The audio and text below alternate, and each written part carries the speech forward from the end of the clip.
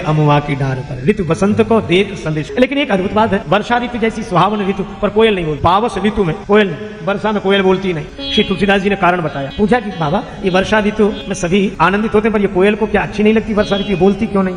श्री तुलसीदास जी बोले हमने पूछ लिया, कोयल इसलिए मौन हो गई, पावस आवत देख के गही कोकिलन मौन। पावस आवत देख के गही कोकिलन मौन, अब तो दादुर बोली है हमें पूछी है कौन। अब तो मेहनत कर जाएंगे मेहनत। पर कोयल बसंत ऋतु का परिचय दे। और लक्ष्मण जी को तुलसीदास जी एक जगह बसंत का ही स्वरूप देखते हैं। सोह मदन मुनि वेश जनु रति ऋतुराज समेत। तो लक्ष्मण जी हैं ऋतुराज बसंत और सीता जी उनका परिचय दे रही हैं, इसलिए बोली मधुर वचन पिक बहने। और कहा क्या, सहज स्वभाव, ये सीता जी का स्वभाव है, इसीलिए जासु कृपा निर्मल मति पावो। इन्हीं की कृपा से निर्मल मति मिलेगी। आप सोचो कि लक्ष्मण जी के लिए कहती है सहज स्वभाव, लक्ष्मण जी का सहज स्वभाव, इनसे ज्यादा टेढ़ा स्वभाव और किसका होगा? अच्छा, और सीता जी से ज्यादा अनुभव किसे होगा? भरी सभा में महाराज जनक को ऐसे ही बोले थे, कहीं जनक जैसा अंकित वाणी, जनक ने ऐसी बात। अच्छा, बेटी सब कुछ भूल सकती है, अपने पिता का अपमान नहीं भूल सकती। दूसरी कोई होती तो कोई कहता भी कि लक्ष्मण जी बड़े सरल है, तो सीता जी कहते हैं कि सरल हमसे पूछो, हमें पता है तुम्हें भी पता नहीं है। पर सीता जी सहज स्वभाव, ये निर्मल मति। अच्छा, फिर एक बात यह भी है, सीता जी को निर्मल मति लगती है, लक्ष्मण जी के सहज स्वभाव को ही देखती हैं, लक्ष्मण जी में सहजता सरलता देखती हैं। और दूसरी बात यह है कि अपने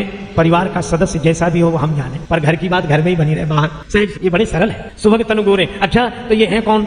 अब सखियां कहेंगे हम सांवरे के बारे में पूछते हैं, ये गोरे के बारे में बताते हैं। नाम लखन, इनका नाम लक्ष्मण है, और ये मेरे देवर कहने वाले, अरे ये मेरे छोटे देवर हैं, नाम लखन लघु देवर मोरे। अब समाधान हुआ नहीं और समस्या उलझ गई। अब सखियां मुस्कुराकर एक दूसरे की तरफ देखती हैं कि ये छोटे देवर हैं गोरे राजकुमार छोड़, तो ये सांवरे कोई बड़े देवर हैं, ये कौन है? ये इनका परिचय। मन हरन श्याम तन सोहे कर धनुबान धरे, कहु सुमुखी रावरे को है कर धनुबान धरे। जटाजूट सिर सोहत सुंदर, राजत बिच बिच सुमन मनोहर। दृग अरुण तिरीछी भोहे कर धनुबान धरे, कहु सुमुखी रावरे ये पोहे कर धनुबान धरे। तापस वेश विभूषित बल कल, सादर तुमहि निहारत पल पल। छिन छिन हमरो मन मोहे कर धनुबान। अब लक्ष्मण जी का परिचय तो बोल कर दे दिया। अच्छा चलो, रामचरितमानस में किस ढंग से दिया यह तो मैं आपको सुनाऊंगा ही, पर इस गीत में एक भाव, एक भक्त का सुझाया हुआ भाव, कैसे ढंग से परिचय दिया। सुन सकुचाय सिया महारानी, बोली मधुर मनोहर वाणी। गोरे देवर सामरे वो है कर धनुबान धरे। सामरे तो वो है कौन, जिनका परिचय वाणी से नहीं दिया जा सकता। मन समेत यही जान न पानी, राम स्वरूप तुम्हारा वचन अगोचर। बुद्धि पर तो मानो संकेत ही किया। सुनी संवाद मगन भई सखियां, भरी नेह जल सबकी अखियां। राजेश जुगल पद जो है कर धनुबान।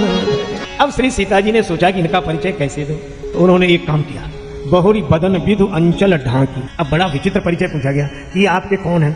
अच्छा, कोई किसी के लगते हो तो दो हो तब तो लगे। अब जैसे कोई पृथ्वी से पूछे कि पृथ्वी माता, ये धरती माता तुम्हारी कौन लगती है, तो मुश्किल हो जाएगी, क्योंकि वो दो है ही नहीं। अच्छा, वैसे भी देखो, गिरा अर्थ जल बीच सम कहियत भिन्न न भिन्न। आज तो भगवान की कृपा, जय हो जय जगह। अरे सब यहाँ पधारते हैं और यहीं से तो सब जगह जाते हैं। आइए महाराज, हमारे परम श्रद्धेय पूज्य श्री पीयूष जी महाराज का आगमन हुआ है। श्री पीयूष जी महाराज का बहुत बहुत अभिनंदन बंदन। तो अब दो हो तब तो कुछ लगे। गिरा अर्थ जल बीच सम कहियत भिन्न न भिन्न। देखो, परमात्मा का परिचय देने की दो विधाएं हैं, एक तो श्री तुलसीदास जी की और एक श्री कबीरदास जी की।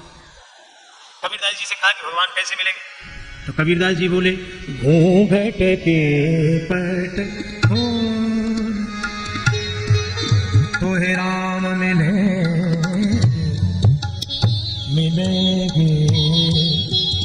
पर घूंघट के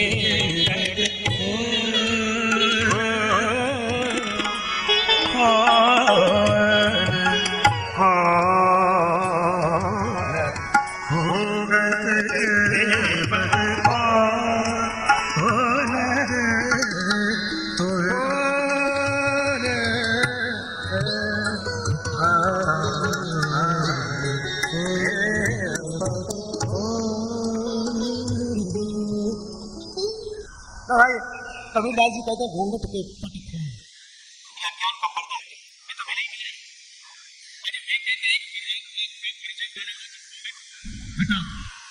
और श्री तुलसीदास जी कहते हैं कि श्री जानकी माता जब भगवान का परिचय देने लगी तो घूंघट हटाया नहीं। बहुरी बदन विधु अंचल ठाई, बहुरी बदन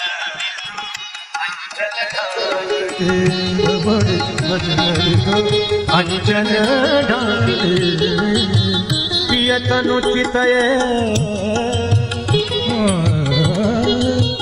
पियतनु चितये भोह करी बाकी, बहुरी बदन विधु अंचल ठाई, बहुरी बदन विधु अंचल ठाई, बहुरी बदन अंचल ठाई।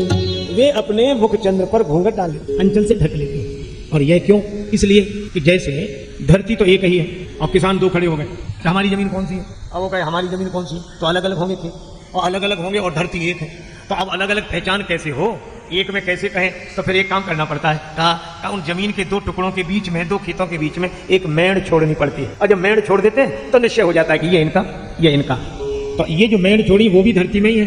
तो इससे अर्थ यह हुआ कि जैसे धरती एक ही है पर परिचय द्वैत के रूप में देना हो तो फिर मेड़ छोड़नी पड़ेगी। इसी तरह श्री सीता जी यह कहती हैं कि हम और राम जी स्वरूपता तो एक हैं, लेकिन भक्ति के भाव से अगर द्वैत के रूप में परिचय देना हो तो इन दो के बीच में एक पर्दा तो डालना पड़ेगा। पर्दे से ही तो यह पार्टीशन होगा कि ये इधर वो इधर, तो बहुरी बदन विधु अंचल ढाकी। अच्छा, तो फिर इनके बारे में कुछ कहा नहीं जा सकता, इशारा किया जा सकता है। किनसे? नेत्रों से। पियतनु चितय भोह करी बाकी, नेत्रों से देखा। और नेत्र कौन से? ज्ञान विराग नयन उरगाले। और कितना अद्भुत संकेत है। परमात्मा प्रभु राम जी का परिचय सीता माता दे रही हैं नेत्रों से, और सीता जी भक्ति हैं और भक्ति माता हैं, और भक्ति माता के दो नयन हैं, ज्ञान और वैराग्य। और कहीं कहीं पुत्र को भी अपने नेत्र बताते हैं, मोरे राम भरत दुई आंखें। तो रामचरित मानस में भक्ति माता के दो नयन हैं, ज्ञान और वैराग्य, जो परमात्मा का परिचय देते हैं। और श्रीमद् भागवत के अनुसार भक्ति माता के दो पुत्र हैं, ज्ञान और वैराग्य, और इन्हीं के द्वारा परमात्मा का परिचय मिलेगा। तो ये तनु चितई भौह करी बाकी। और जैसे ही श्री सीता जी ने देखा वो तो भाई मगन सब ग्राम बधू की, परिचय मिल गया, परिचय मिल गया। लंकन राय रास जनु लूटी। हमने परिचय दिया नहीं, परिचय मिल कैसे गया? सखियां मन ही मन कहते हैं कि ये तो हम पहले से ही जानती हैं कि ये आपके कौन है। अच्छा, ये जानती थी तो पूछा क्यों? का पूछा इसलिए कि हमने यह तो देखा कि श्री राम जी आपकी ओर कैसे देखते हैं। सादर बार ही बार सुभाएं चिते तुम त्यों हमरो मन मोहे। लेकिन हम यह देखना चाहती थी कि आप श्री राम जी की ओर कैसे देखते हैं। और जैसे ही आपने उनकी ओर देखा बस हमें परिचय मिल गया। क्या परिचय? क्या? हमारा सर्वस्व यही है कि आप श्री राम जी को निहारें और राम जी आपको निहारें और हम युगल सरकार को निहारें। बस यही हमारी उपलब्धि, हमें और कुछ नहीं चाहिए। ये प्रेम का उदात्त उदाहरण तत्सुख सुखित्व। देवर्षि नारद जी कहते हैं कि परमात्मा का सुख ही जिसका अपना सुख हो। श्री सीता जी राम जी में और राम जी सीता जी में देख देख कर मगन हो रहे हो और हम दोनों को देख कर मगन। अच्छा, एक यह विलक्षण परंपरा है, जिसको हम प्रणाम करते हैं उसे आशीर्वाद नहीं देते, और जिसको हम आशीर्वाद देते हैं उसे हम प्रणाम नहीं करते। पर यहाँ विचित्र घटना घटी। अति सप्रेम सिय पाए पर सीता जी के चरणों में प्रणाम भी करते हैं, लेकिन प्रणाम करके आपको संकोच ना हो, हम चाहती कुछ नहीं। अति सप्रेम सिय पाए पर, और फिर बहुविधि दे ही आशीष।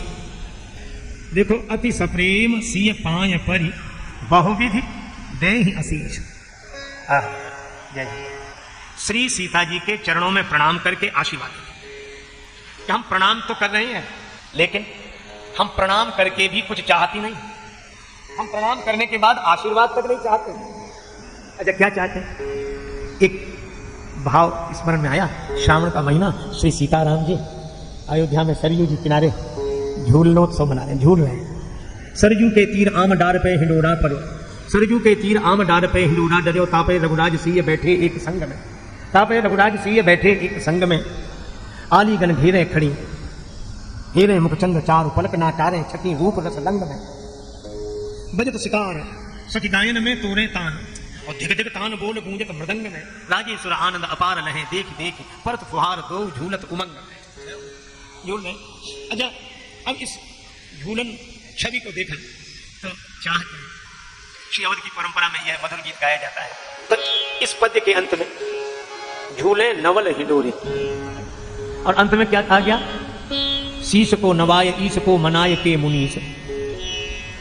बार बार एक ही विनय कर रहे हैं। श्री मुनीश जी की रचना है, पुराने संत उनकी रचना। अच्छा, चाहते क्या है? प्रणाम, आशीर्वाद ना। नृपति किशोर और किशोरी जो आनंद है। यह हमारा मन कामना, हमारे युगल सरकार सदा प्रसन्न रहे, सदा प्रसन्न रहे। हम प्रणाम करके भी कुछ चाहते नहीं, हम तो देना चाहते। ये देवियां भी अति सप्रेम सिय पाए पर जिन हाथों से चरण छूती हैं वही हाथ श्री सीता जी के सिर पे रख देते हैं। तो यह भावती उदात्त दशा तो है ही, और विशेष एक क्षेत्र विशेष की यह पावन परंपरा भी श्री यमुना जी के चित्रकूट का की ओर गमन, यह पूरा का पूरा क्षेत्र बुंदेलखंड और वहाँ की पावन परंपरा कि बेटी को प्रणाम भी करते हैं और बेटी को आशीर्वाद भी देते हैं। बेटी के चरण भी छुएंगे और बेटी के सिर पे हाथ रख के आशीर्वाद भी देंगे, और आशीर्वाद भी जिस शैली में वहाँ दिया जाता है तुलसीदास जी उसी शब्द का प्रयोग करते हैं। अति सप्रेम सिय पाए परि बहुविध देह आशीष, और आशीष में कहते हैं सदा सुहागिन हो तुम जब लगी महि अहि शीश।